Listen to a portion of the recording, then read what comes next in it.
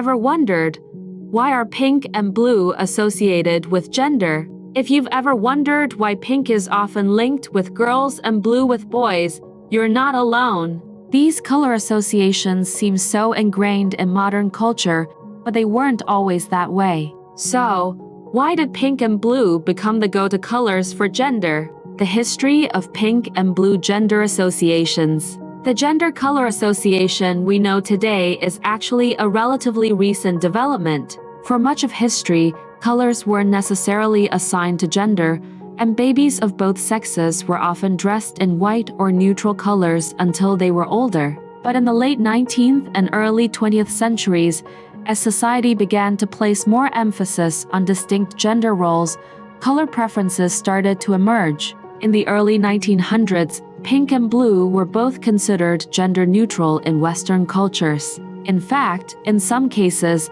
pink was even associated with boys, and blue was seen as a color for girls. This shift can be traced to the rise of consumerism and marketing in the 20th century, which began tailoring clothing and products for babies in more gender-specific ways. How did pink become for girls and blue for boys? By the 1940s, retailers and manufacturers started to promote specific colors for boys and girls to drive sales of gendered clothing. The final push to establish pink for girls and blue for boys came after World War II, when the gender-specific marketing trend became more widespread. At the time, blue was seen as a stronger, more masculine color, while pink was perceived as softer, daintier, and more feminine. One theory suggests that pink was chosen for girls because it was seen as a derivative of red, a color associated with strength and passion. Meanwhile, blue was linked with calmness and tranquility,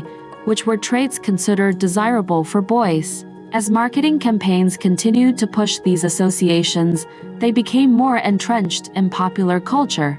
The influence of marketing and mass production. The growing influence of advertisements, baby products, and mass manufacturing played a huge role in solidifying pink and blue as the default gender colors. In the mid-20th century, the idea of gendered toys and gendered clothing grew in popularity, with companies promoting items that were specifically designed to appeal to boys or girls. As more products for babies and children became color-coded, the pink for girls and blue for boys norm became even stronger. The idea of assigning colors to gender also gave parents a way to more easily categorize their children. Birth announcements, baby clothing, and nursery decor all started to reflect these color distinctions, making it simpler for people to tell the difference between a boy and a girl at a glance. Challenging gender color norms today.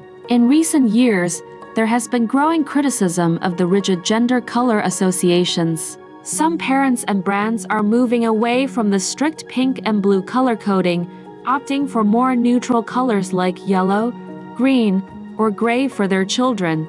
This shift reflects a growing awareness of the need for more gender inclusivity and the desire to break away from outdated stereotypes. The rise of gender-neutral clothing lines and toys that encourage a more fluid approach to gender expression is slowly changing the way we think about color and gender.